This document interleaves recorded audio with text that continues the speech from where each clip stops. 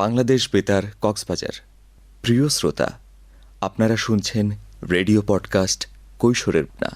আজকের পর্ব শিশু বেড়ে উঠুক ভালোবাসায়। অনুষ্ঠানটি গ্রন্থনা ও উপস্থাপনায় আছি আমি KM সানাউল হক। রেডিও পডকাস্ট কৈশোরের ভাবনা প্রতি বৃহস্পতিবার সকাল 10:30 প্রচারিত হচ্ছে শিশু ও নারী উন্নয়নে সামাজিক সচেতনতামূলক কার্যক্রমের আওতায় ইউনিসেফের সহযোগিতায় বাংলাদেশ বেতার কক্সবাজার থেকে। এই অনুষ্ঠান রেডিও সেটে এবং মোবাইল ফোনে শুনতে টিউন করুন FM 100.8 মেগাহার্জ। এছাড়া ফেসবুক পেজ এবং ইউটিউব থেকেও পরবর্তীতে এই অনুষ্ঠান শুনতে পারবেন।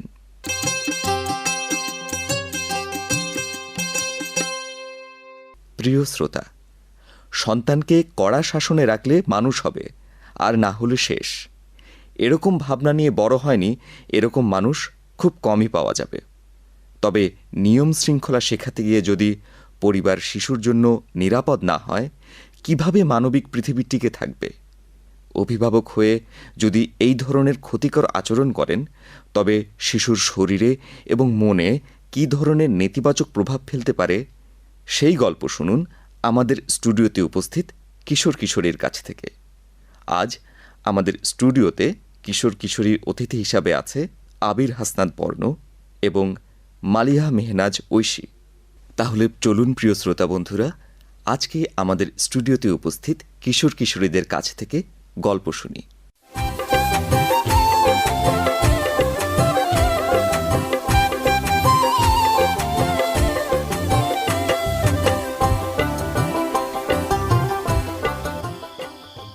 প্রিয় শ্রোতা, শিশুকে কড়া শাসন নাকি ভালোবাসা, ভাবছেন তো কোনটা করলে শিশুর জন্য মঙ্গল হবে? তবে গল্প শোনার পরও সিদ্ধান্ত বদল করতে পারেন। মাথা থেকে রক্ত বের হচ্ছে, চোখ অন্ধকার হয়ে আসছে। আমাকে হাসপাতাল নাও যদি বাঁচাতে চাও।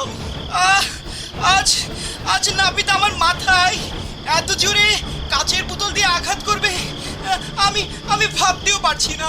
আমি তার বাবা, তাও সে এমন করলো। কোনো মতে নাভিদের মাকে ডেকে ডাক্তারের কাছে যাওয়ার জন্য রওনা হলাম। মধ্যরাত, আশেপাশে কিছু নেই। কিছু পথ হেঁটে যাওয়ার পর অটোরিকশায় চড়ে ডাক্তারের কাছে গিয়ে পৌঁছলাম। যেহেতু দুর্ঘটনা, তাই কিভাবে হলো ডাক্তার জানতে চাইলেন। নিজের ছেলে আঘাত করেছে, লজ্জায় সে কথা বলতে পারলাম না। বললাম, বাড়ি ফেরার পথে একদল খারাপ ছেলের সাথে কথা কাটাকাটি হওয়ায় এক সময় তার আঘাত করলো। ডাক্তারও আর কোনো ঝামেলা না করে মাথা ব্যান্ডেজ করে দিলেন। বাড়ি ফিরে আসার পর নাবিদ হাউ মাউ করে কাঁদতে শুরু করলো আর বলতে লাগলো রাগের মাথায় সে এরকম করেছে, কিন্তু বাবা এতটা ব্যথা পাবে কোনোভাবেই বুঝতে পারেনি। এমন সময় নাভিদের মা জানতে চাইলেন কি এমন ঘটেছিল যে নাভিদ এরকম ভয়ঙ্কর হয়ে উঠল। বাবা থেমে বললেন, সব আমাদের বড় করার দোষ। ভেবে দেখো তো, আমরা নাভিদকে কিভাবে বড় করেছি, শাসনের নামে কতবার মেরেছি। ওই সময় ছোট ছিল, তাই কিছু করতে পারিনি। এখন বড় হয়ে হয়তো একই আচরণ ফেরত দিচ্ছে আমাদের। সত্যিই তো, নাভিদ আমাদের কত আদরের সন্তান ছিল। শীতকালের মধ্যে একটি ছোট শিশু যখন আমাদের পরিবারে এলো, সবাই কত খুশি হয়েছিল। অনেক নাম খোঁজার পর নাম রাখা হলো নাভিদ। তোমার মনে আছে প্রথমে দেখার পর আমাদের মা বাবা কি বলেছিলেন?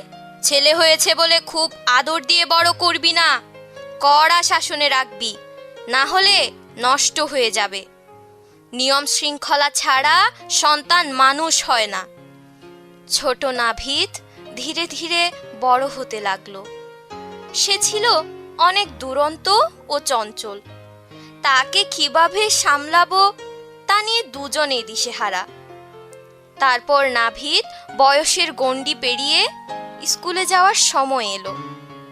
স্কুলে ভর্তি করিয়েও দিলাম, কিন্তু ছোট থেকেই স্কুল ভালো লাগতো না বলে সে ক্লাস না করে সারা এলাকা ঘুরে বেড়াতো। কত দিন গেছে, স্কুলে গিয়ে তাকে পাইনি। পাশ করতে পারেনি বলে কতবার তুমি তাকে মেরেছ। নাভিদ আরো জেদি হয়ে উঠল। আর একটু বড় হওয়ার পর সে রাতের বেলা না বলে বাড়ির বাইরে বের হওয়া শুরু করে দিল। একসময় আমিও রাগ সামলাতে না পেরে বাড়ি ফিরে আসলে নাভিদকে কঠিন শাস্তি দিতাম। কতদিন খেতে দিইনি, বাথরুমে আটকে রেখেছি, মেরেছি অনেক সময়। তারপরও সে একই কাজ করে গেছে।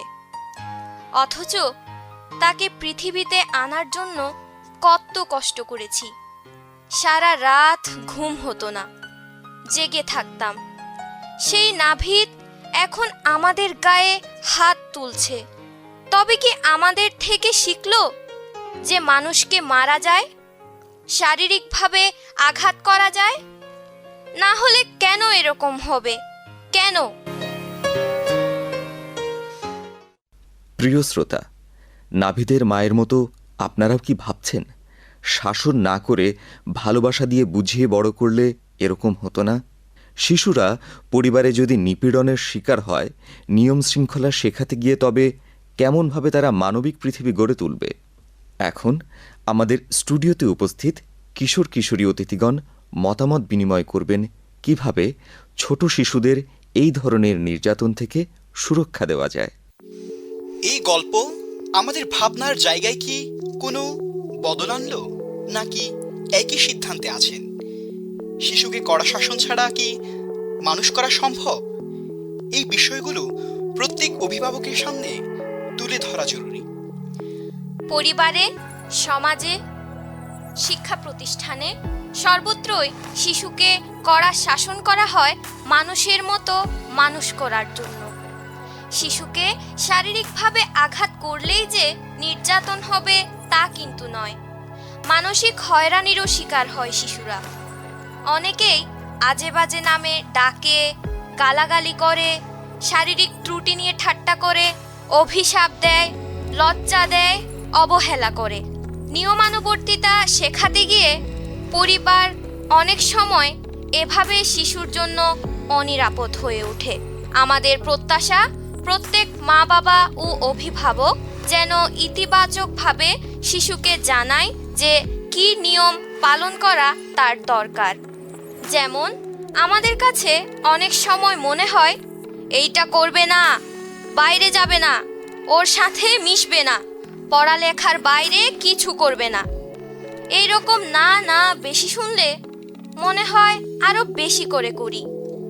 এখন এসে মনে হয় যদি বলা হতো বাইরে কোনো কাজ থাকলে এই সময় না গিয়ে অন্য সময়ে যাও, বা পড়ালেখা শেষ করার পর অন্য কিছু করো। এইভাবে কথা বললে হয়তো কি করতে হবে সেই নির্দেশনা সহজভাবে বোঝা যেত। পরিবার, সমাজ ও শিক্ষা প্রতিষ্ঠান যদি নির্দয় আচরণ শিশুকে শিক্ষা দেয়, তবে শিশু সেই আচরণই তার জীবনে গ্রহণ করবে।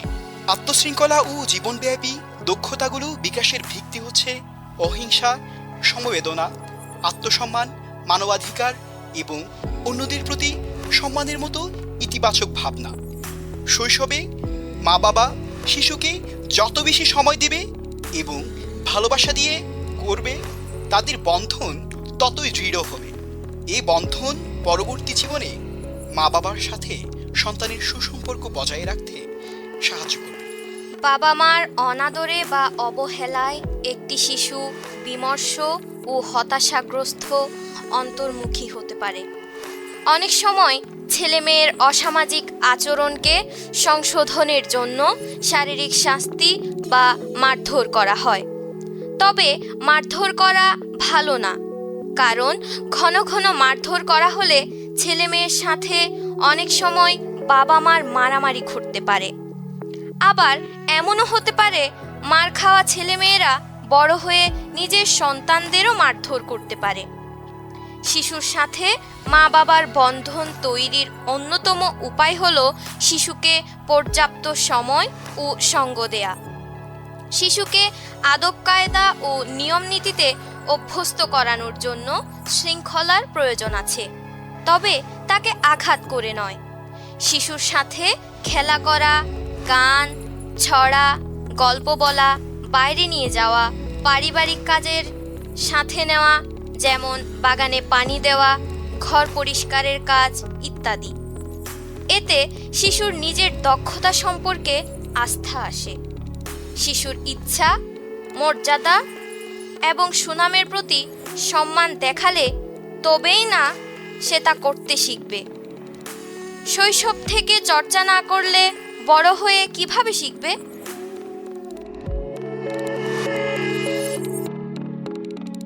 প্রিয় শ্রোতা, আপনারা শুনছেন রেডিও পডকাস্ট কৈশোরের ভাবনা।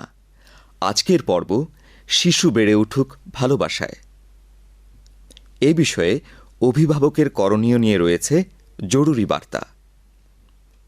চলো আমরা করি প্রতিবাদ, সহিংসতা বন্ধে তুলি রেড কার্ড। নির্যাতন ও হয়রানি যে কোনো সময়ে, স্থানে এবং যে কারো মাধ্যমে ঘটতে পারে। দেশের যে কোনো প্রান্তের কোনো শিশু কোনো ধরনের সহিংসতা, নির্যাতন ও শোষণের শিকার হলে শিশু নিজে অথবা অন্য কোনো ব্যক্তি বিনামূল্যে 1098 হেল্পলাইনে ফোন করে সহায়তা চাইতে পারবেন। প্রিয় শ্রোতা, অনুষ্ঠান সম্পর্কে সুনির্দিষ্ট মতামত জানাতে পারেন বাংলাদেশ বেতার কক্সবাজার ফেসবুক পেজে। যারা অনুষ্ঠানটি শুনেছেন এবং তথ্য দিয়ে সহায়তা করেছেন তাদের প্রত্যেককে জানাই আন্তরিক ধন্যবাদ।